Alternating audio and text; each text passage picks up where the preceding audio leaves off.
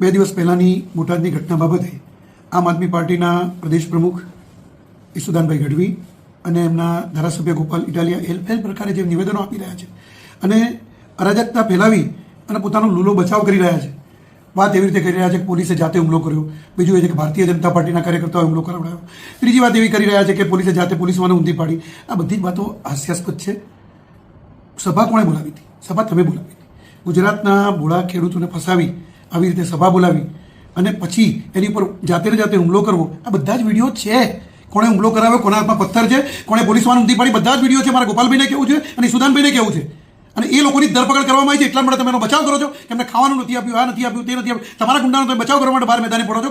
ખોટી રીતે ગુજરાતના ખેડૂતોને ફસાવો છો. એક જાતની નક્સલિસ્ટ પ્રકારની પ્રવૃત્તિઓ તમે કરી રહ્યા છો અને ગુજરાતની શાંતિને દોડવાનો મોટામાં મોટો પ્રયાસ તમે કરી રહ્યા છો.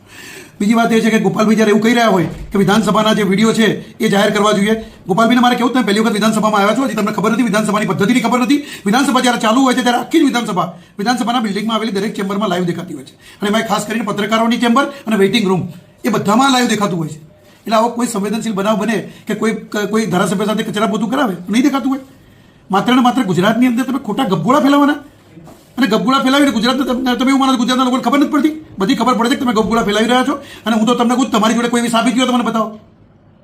એટલે વિધાનસભાના પહેલાં તમે પદ્ધતિ જાણો, વિધાનસભાની ઇતિહાસ ભૂગોળ જાણો અને પછી તમે આવા નિવેદનો આપો. એવું મારું ગોપાલભાઈને પણ કહેવું છે કે હજી નવા છો એટલે પહેલાં બધું જાણી લો. બીજું કે આવી રીતે તમે અપમાન ખાલી વિધાનસભાનું નહીં, ધારાસભ્યનું અને ભારતના બંધારણ મુજબ જે વિધાનસભા રચાઈ છે એ વિધાનસભાનું, આખા વિધાનસભાનું તમે અપમાન કરી રહ્યા છો. કોઈ પક્ષનો ધારાસભ્ય નથી હોતો ત્યાં હોય છે, એ દરેક પોતાના વિસ્તારનો પ્રતિનિધિ હોય છે અને એની અંદર દરેક પ્રતિનિધિને બોલવાની છૂટ હોય છે. તમને બોલવાની છૂટ નથી, તમે બોલી શકતા હતા અને બોલો છો તમે.